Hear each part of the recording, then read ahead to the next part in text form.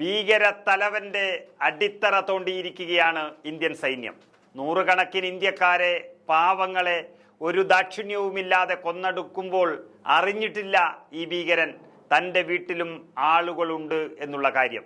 ഇപ്പോഴിതാ ഇന്ത്യൻ സൈന്യം ബഹവൽപൂരിൽ നടത്തിയ ആക്രമണത്തിൽ ജെയ്ഷെ മുഹമ്മദ് സ്ഥാപകൻ മൗലാന മസൂദ് അസറിന്റെ കുടുംബാംഗങ്ങളെയെല്ലാം കൊന്നിരിക്കുകയാണ്. സഹോദരി ഉൾപ്പെടെ 10 പേർ വ്യോമാക്രമണത്തിൽ കൊല്ലപ്പെട്ടതായിട്ടാണ് വിവരം ലഭിക്കുന്നത്. ഇന്ത്യൻ സൈന്യം 9 ഇടങ്ങൾ ലക്ഷ്യമാക്കി നടത്തിയ ആക്രമണം വളരെ കൃത്യമായതോടെ പാകിസ്ഥാൻ ഇപ്പോൾ വന്ന് കൈകൂപ്പുകയാണ്. ആക്രമണം നടത്താനായി മസൂദ് അസറിന്റെ താവളമായ ബഹവൽപൂരിനെ തന്നെ പ്രധാന ലക്ഷ്യമായി തെരഞ്ഞെടുത്തത് ഇന്ത്യൻ സായുധ സേന നന്നായി ആലോചിച്ചെടുത്ത ഒരു തന്ത്രമായിരുന്നു. പാകിസ്ഥാനിലെ 12ാമത്തെ വലിയ നഗരവും ലാഹോറിൽ നിന്ന് ഏകദേശം 400 കിലോമീറ്റർ അകലെ സ്ഥിതി ചെയ്യുന്നതുമായ ഈ നഗരം ജെയ്ഷെ മുഹമ്മദിന്റെ കേന്ദ്രമായി പ്രവർത്തിക്കുകയാണ്. ബഹവൽപൂരിനുള്ളിൽ ഉസ്മാൻ ഒ അലി ക്യാമ്പസ് എന്നും അറിയപ്പെടുന്ന ജാമിയ മസ്ജിദ് സുബ്ഹാൻ അല്ലാഹ് സമുച്ചയം സ്ഥിതി ചെയ്യുന്നുണ്ട്. 18 ഏക്കർ വിസ്തൃതിയുള്ള ഈ കേന്ദ്രം ഇന്ത്യയുടെ ആക്രമണങ്ങളുടെ പ്രാഥമിക ലക്ഷ്യമായിരുന്നുവെന്നാണ് റിപ്പോർട്ടുകൾ സൂചിപ്പിക്കുന്നത്. മൗലാന മസൂദ് അസറിന്റെ ആസ്ഥാനം ഈ കേന്ദ്രത്തിലാണ് എന്നാണ് ഇന്ത്യക്ക് റിപ്പോർട്ട് ലഭിച്ചത്. അതോടെ അതിനെ ലക്ഷ്യം വെച്ചാണ് ഇന്ത്യ തുടങ്ങിയത്. ബഹവൽപൂരിൽ ജനിച്ച അസർ അവിടെ കനത്ത സുരക്ഷയുള്ള ഒരു കോമ്പൗണ്ടിലാണ് ഇപ്പോഴും താമസിക്കുന്നത്. 2002-ൽ പാകിസ്ഥാനിൽ ജെയ്ഷെ മുഹമ്മദിനെ ഔദ്യോഗികമായി നിരോധിച്ചിരുന്നുവെങ്കിലും ഈ നിരോധനം പ്രധാനമായും കടലാസിൽ മാത്രമായിരുന്നു.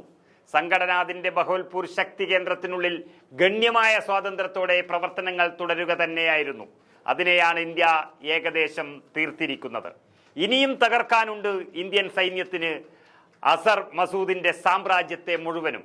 നേരത്തെ പറഞ്ഞ പോലെ ബഹവൽപൂരിനുള്ളിൽ പ്രവർത്തിക്കുന്ന ജാമിയ മസ്ജിദ് സമുച്ചയം വെറുമൊരു മതസ്ഥാപനമല്ല.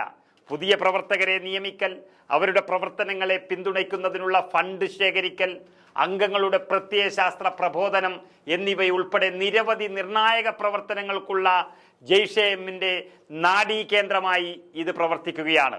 ഒരു വലിയ പള്ളി, 600-ലധികം പരിശീലനാർത്ഥികളെ പാർപ്പിക്കാൻ കഴിയുന്ന ഒരു മതപാഠശാല, ഒരു നീന്തൽക്കുളം, കുതിരകൾക്കുള്ള കുതിരലാടം, ഒരു ജിംനേഷ്യം എന്നിവയുള്ള ഈ വലിയ സമുച്ചയം പ്രധാനമായും ഈ സൗകര്യങ്ങളെല്ലാം നൽകുന്നത് ഇന്ത്യക്കെതിരെയുള്ള ഭീകരാക്രമണത്തെ എന്നാണ് സൂചിപ്പിക്കുന്നത്. അതിനെയാണ് ഇന്ത്യ ലക്ഷ്യം വച്ചിരിക്കുന്നത്.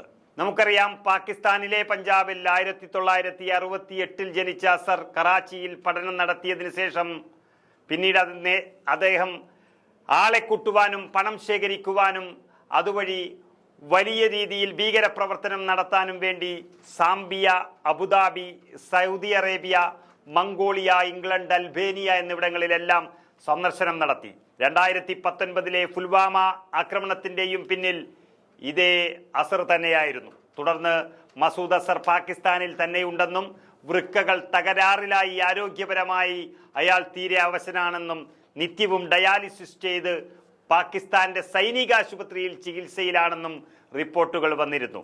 ഇനി വൃക്കകൾ മാത്രമല്ല, സകലമാന അവയവങ്ങളും അടർന്നും അലിഞ്ഞും പോയാലും ഇന്ത്യയോട് ചെയ്ത ക്രൂരതയ്ക്കുള്ള ശിക്ഷ അതാകില്ല എന്ന് ഉറപ്പിച്ച സൈന്യം മസൂദിനെ വേരോടെ പിഴുതെറിഞ്ഞിരിക്കുകയാണ്.